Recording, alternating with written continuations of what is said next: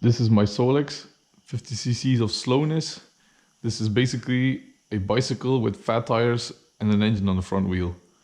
So these bikes have an engine on the front wheel that can be lifted off of the front wheel, and this way, now it's engaged. When the engine is turning, the front wheel will also be powered. This is one of the later models that has a throttle connected to the front brake. So when you use the front brake, you actually have a throttle that lowers the speed of the engine. The older versions did not have that. They were a constant open throttle. So when you wanted to brake, you actually had to pull the engine off the front wheel and then started braking, because otherwise you would not stop with these bikes.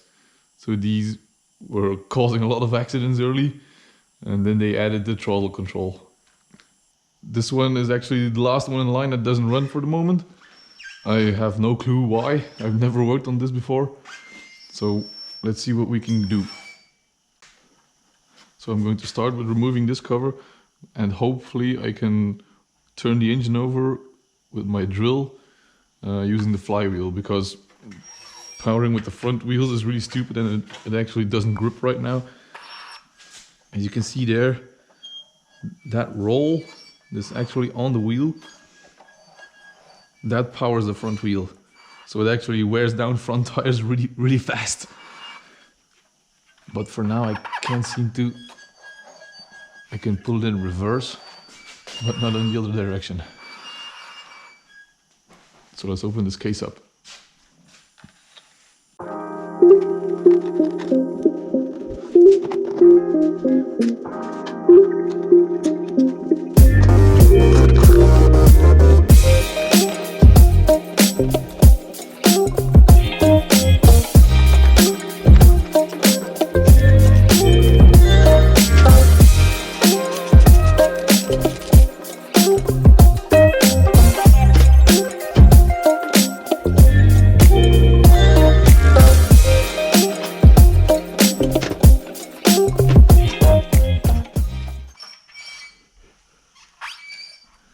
So clockwise is the right direction.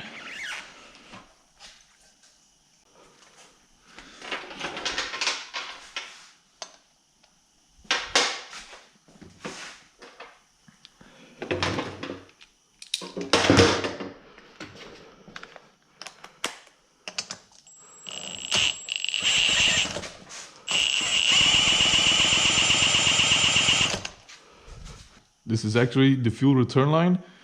As you can see down here, there's a tube that actually feeds the carburetor. So normally, if everything works, there should be coming fuel out of this.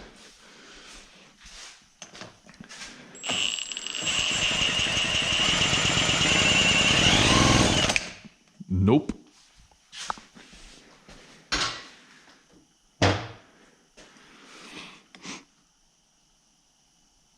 So I think we know what the problem is, but now how do we fix it? So I removed the front cover. I did some research, and actually these bikes have a fuel pump that is driven by the engine. And this fuel line feeds the carburetor. So what I said earlier, that this line feeds the carburetor, is wrong. This is actually a feed for the fuel pump. And that feeds the carburetor, and any excess fuel from the carburetor then goes back to the fuel tank. So I'm going to start with removing this line, try to spin the engine over and see if fuel comes out of this. If not, then we have a broken or dirty fuel pump. Let's see. But first I'm going to also remove the spark plug to make it a little easier for the engine to rotate.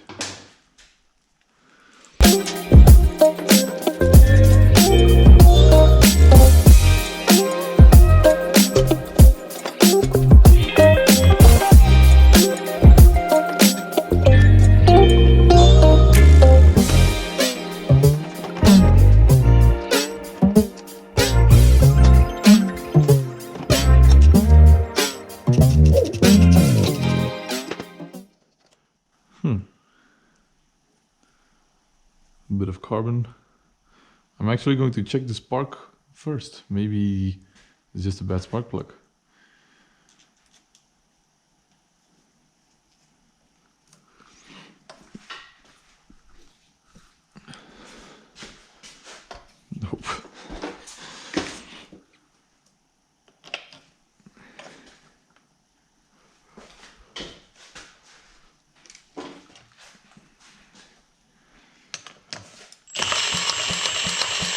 Yeah, we have spark. It's not a lot of spark, but it's spark.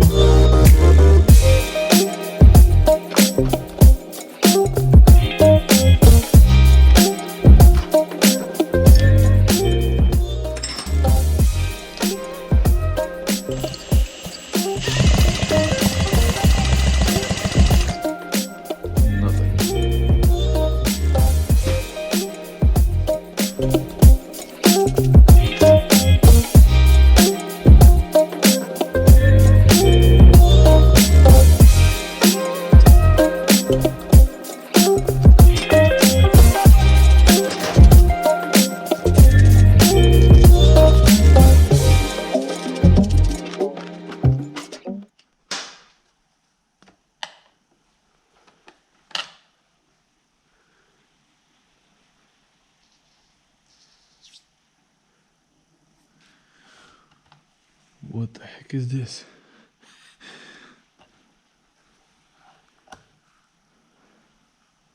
Oh, is it?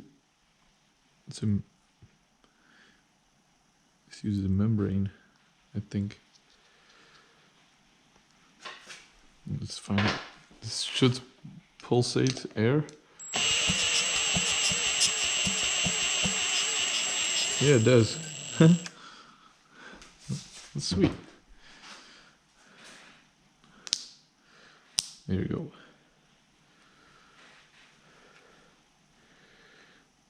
This is all pretty hard. Oh, fuel.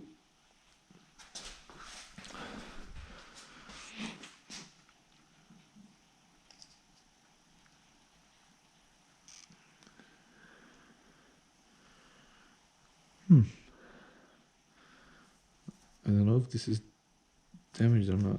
It's pretty hard. You see how it's all wrinkled?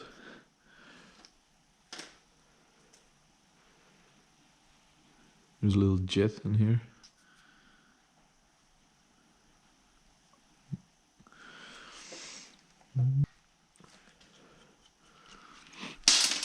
Shit.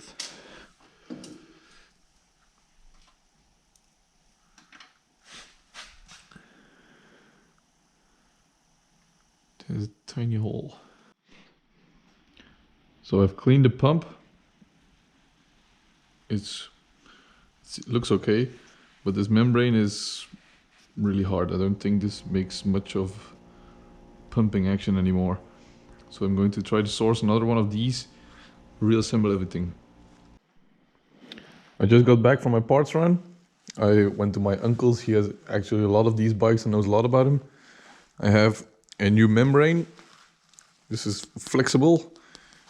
This one is actually pretty hard, so I think this will fix the issue. But he also told me watch out for the ball that's in the fuel pump. Apparently in this jet here, there's a tiny ball that works as a one-way check valve so that the fuel doesn't fall back down into the tank. But I didn't know that, so I cleaned this pump with the compressor and that ball is gone. But apparently these tiny balls from these ink tubes, from these old-fashioned ink pens, this ball is actually the correct diameter, and he has been using these for a couple of years now in these fuel pumps without any problems. So I have 3 of these, so I can actually mess them up. And we're going to try to fit these in the fuel pump, fit the new membrane, and hopefully we got some fuel then. Let's go.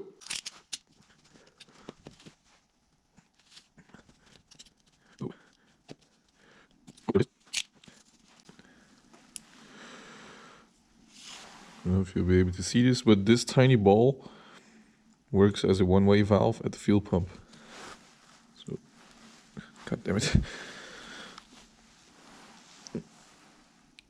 Let's put this back in. And there we go.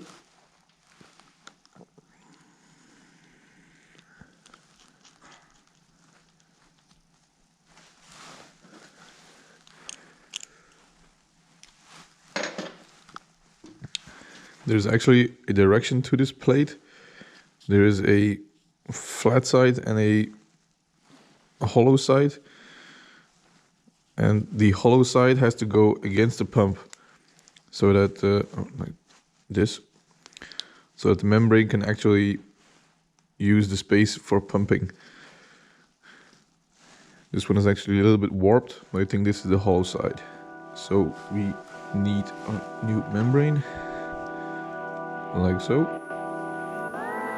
The pump, like so.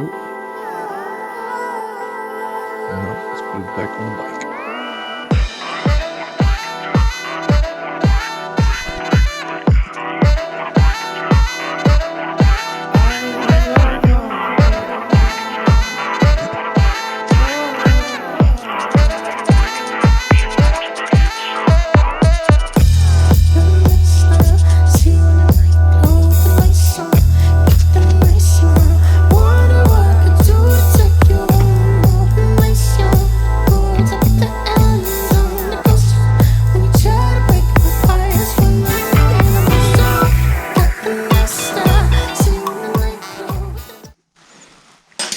So the feed is connected.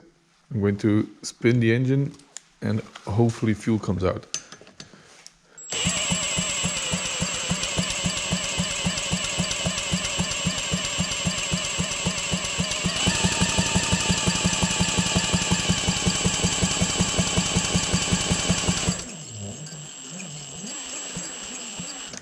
Is this the right direction?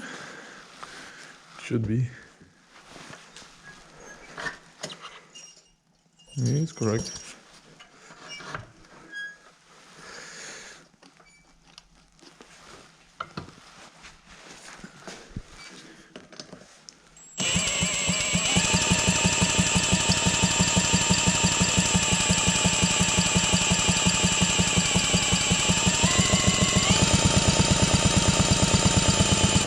Nope.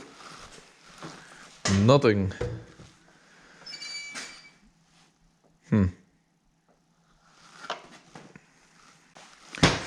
Maybe that plate is the wrong direction.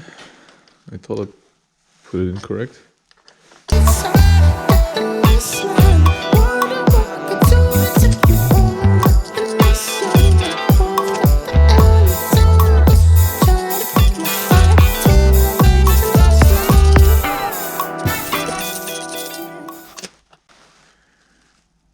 It was the right direction.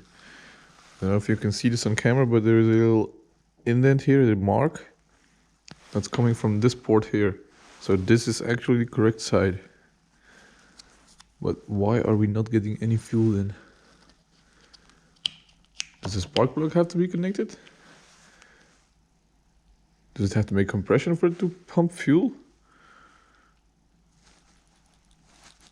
Ball is in.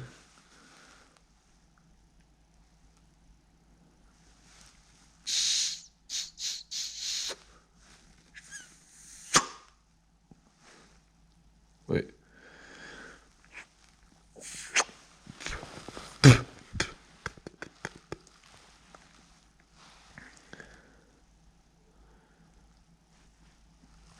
When I try to blow on this hole, nothing happens, but this hole is open.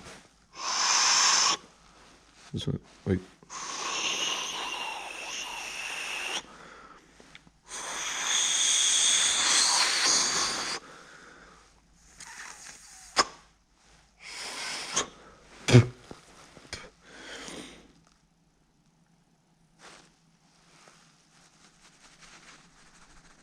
The ball is missing.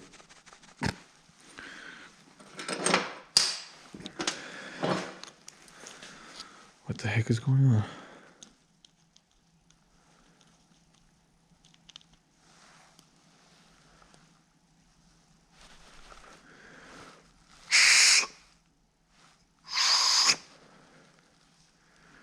It's definitely in there. Is it stuck? I've cleaned it out again with brake cleaner and compressed air, but now when I blow here and cover these two, air actually comes out of this top port, which it didn't. So I'm going to reassemble it again and try again. Let's hope this works now.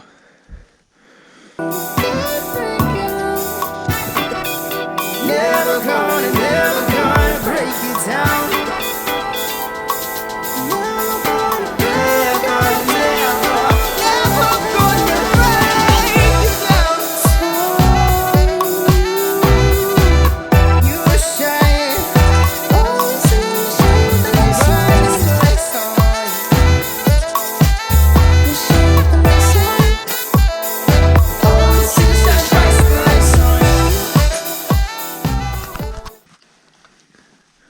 Okay, everything is back on. Fingers crossed.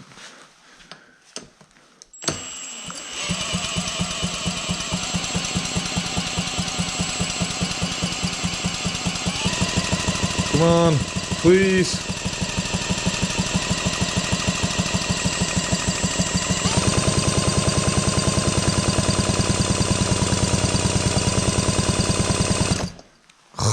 Christ. As you can see, the bike is back together.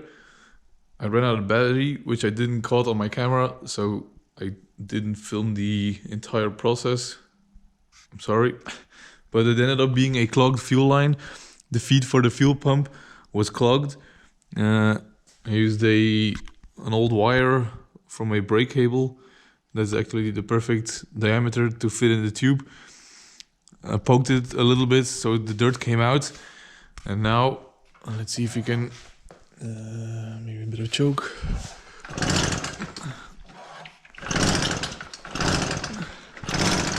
Come on.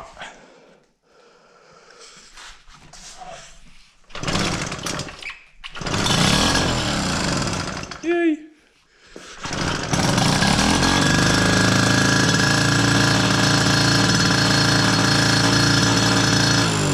Oh.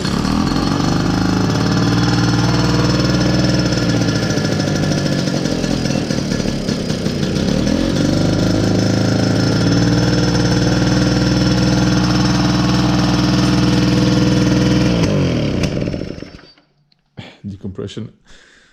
So as you can see, the front wheel immediately goes to full power because it's an open throttle. You have to press the front brake to close the throttle so you can actually stop. So the bike is back up and running. I'm going to give it a cleanup, and test drive will be for later. See you then.